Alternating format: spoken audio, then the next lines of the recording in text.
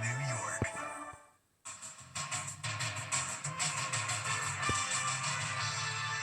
The D.C. pipe bomb suspect. They got him. Investigators could be seen going in and out of the family's large 5-bedroom home at the end of this cul-de-sac. How his sneakers led to his arrest. Then, Prince Harry's crack about King Donald. I heard you elected a king. He's now the disgraced loser son. And don't open the door. He says he's lost. I just need to make a phone call. Wait till you see who he turned out to be. Does anyone pay for something to drink? Plus, husband on trial Accused of killing and dismembering his wife. as his wife's lover takes the stand. Before long, we started an intimate relationship. And Botox injections. They keep you looking young. But beware of counterfeits. What's really in the syringe? And who is this so-called doctor with the needle? Have you been injecting Botox without a medical license? Plus, new information on actress Tara Reid. The 911 call just released. We have a guest here that is really inebriated. She can barely sit in a wheelchair. And did she make up her story about her drink getting spiked at the bar? And Night of Magic. How the crowd kept warm after waiting in the cold for 3 hours. Now, Inside Edition with Eva Pilgrim. Hello and thanks for joining us. Mystery solved. The FBI announcing today they have a suspect in custody who they say planted pipe bombs around D.C. 5 years ago, the night before the January 6th Capitol riot. Les Trent is in D.C. with the very latest. Early this morning, Brian Cole Jr. was arrested and charged with placing the pipe bombs on January 5th, 2021. Attorney General Pam Bondi announced the arrest today after an almost 5-year-long FBI investigation. And she took a swipe at the Biden administration's handling of the case.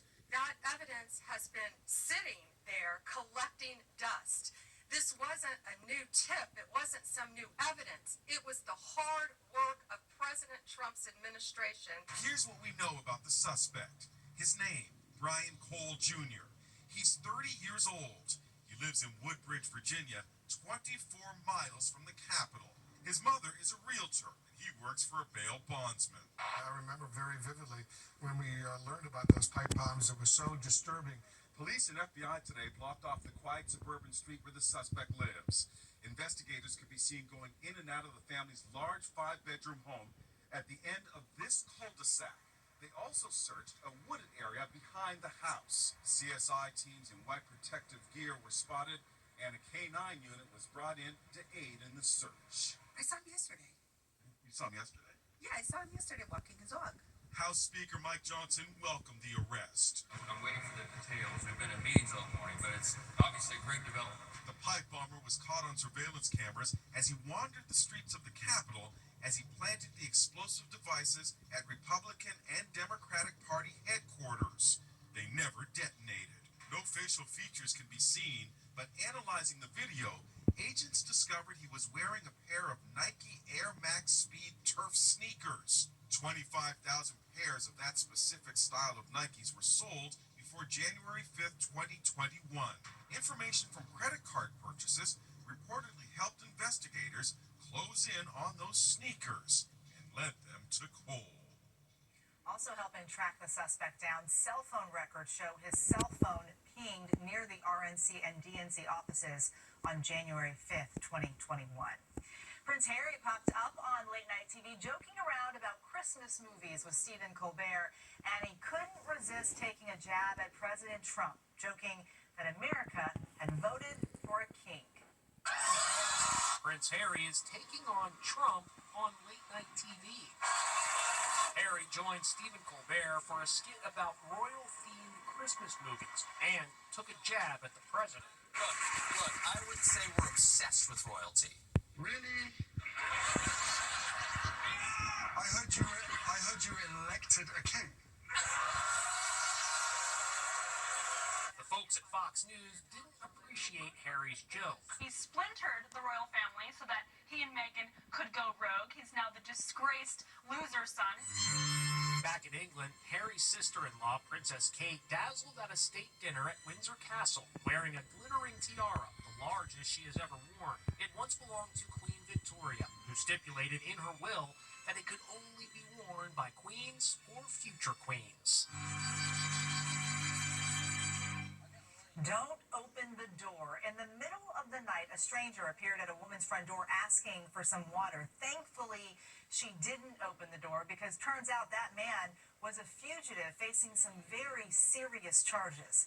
Jim Murray has the details. What would you do? A man comes knocking at your front door. It's 2:50 in the morning. Hey, I've been all up in the woods hunting. He claims he's lost and is desperate for water. Ended up getting lost for like 5 hours.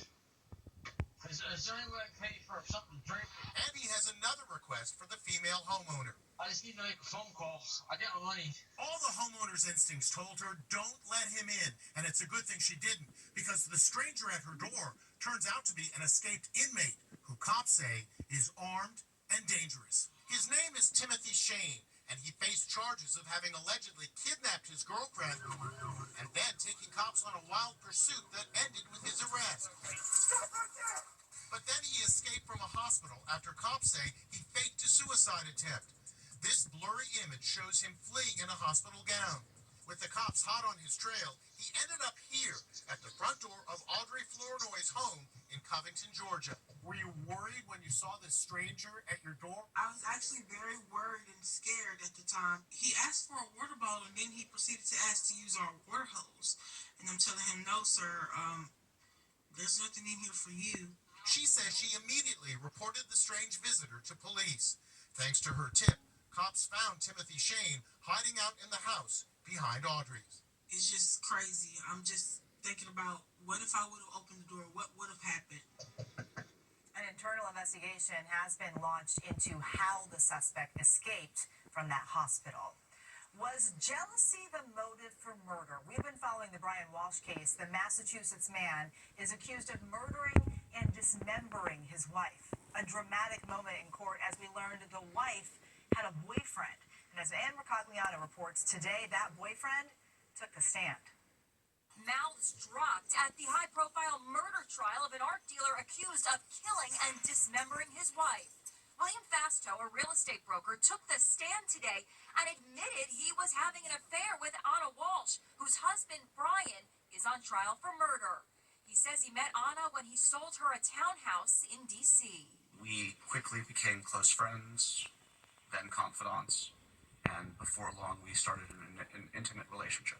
Fasto testified that Anna wanted to tell her husband about the affair. I think she felt it would be a strike against her integrity if he found out a different way.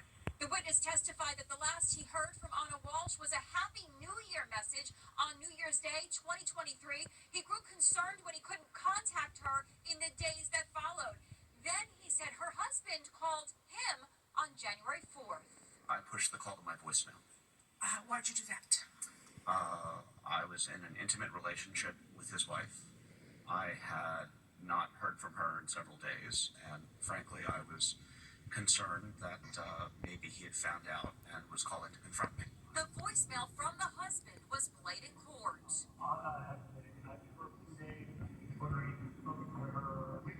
This was the state's star witness here in Dedham, Massachusetts, day 4 of testimony in the case against Brian Walsh. He did not look at the witness at all. Prosecutors said Walsh cut up Anna's body. They say they later found these tools, including a hacksaw with red-brown stains. Walsh's internet searches allegedly included best way to dispose of a body and best way to dispose of body parts after murder. The trial in Dedham, Massachusetts is being closely followed on social media, much like the Karen Reed trial earlier this year. Today is day 3 of the Brian Walsh trial. I'm going to give you my daily recap. We'd had a number of conversations about what a life together might look like. Walsh's defense is that his wife died of a, quote, sudden, unexplained death, but he does admit to dismembering her body and lying to police because he panicked, thinking no one would believe she died unexpectedly. We showed you that alarming video of American Pie star Tara Reid slumped over in a hotel lobby. She claimed someone at the bar drugged her drink. But today, cops announced that didn't happen. Now, Stephen Fabian reports Reid is hitting back. What really happened to Tara Reid? Just weeks after claiming her drink was spiked at a Chicago hotel bar, police say there's no evidence to support her account. As seen in this shocking footage, the 50-year-old actress can be seen slumping out of a wheelchair before paramedics whisked her away. A hotel worker called in this just-released 911 audio. Exactly what happened. We have a guest here that is really inebriated, and she needs help from the hospital. She can barely stand. The hotel employee can be heard calling Tara Reid by name. Yes, she's a celebrity, just so you know. According to Reid, someone tampered with her drink after she briefly left the bar for a smoke. I went back to the bar, and my drink was covered up with a napkin. And I thought that was weird, because I didn't put that over my drink. And then I drank my drink, and without even, finishing my drink, I just, passed out. But police in Rosemont, Illinois say there is no evidence that her drink was spiked. While video surveillance showed Tara Reid at the hotel bar, at no time did video show anyone tampering with or adding something to her drink, cops said. We can confirm that a bartender covered her drink when she left the bar, which is standard practice for bartenders to do, the police added. Today, the American Pie star, who has a long history of alcohol issues, is doubling down. I cannot sleep over this. It's a very scary feeling not knowing what happened to me. I believe I was drugged. Something happened to me. Now a moment bringing holiday cheer across the country. The lighting of the Rockefeller Center Christmas tree in New York City. And this year's tree has quite the touching backstory. 2, 1! It's America's Christmas tree. Security was extra tight surrounding the tree lighting ceremony with barricades set up to block off streets and cops on high alert. New Yorkers and tourists braved the cold and stood in line for hours, hoping to get close to the towering tree. So how do you pass the time waiting for the tree lighting? You sing Christmas carols, of course. Big stars performed for the nationally televised event, including Gwen Stefani in a sparkly mini dress. This year's Rockefeller Center tree, a 75-foot-tall Norway spruce, has special meaning. It was donated by Judy Russ to fulfill her late husband's lifelong dream. We've talked about it before, being the Rockefeller tree, so for it to actually happen has been, incredible. Dan Russ died in 2020 at age 32. The tree was planted on his family's farm 75 years ago. Now, it's the center of a magical night. If you're counting, only 21 days till Christmas. We'll be back with more Inside Edition after this. Next, Botox injections. They keep you looking young, but beware of counterfeits. What's really in the syringe? And who is this so-called doctor with the needle? Have you been injecting Botox without a medical license? And what's about to happen to this TV reporter will shock you.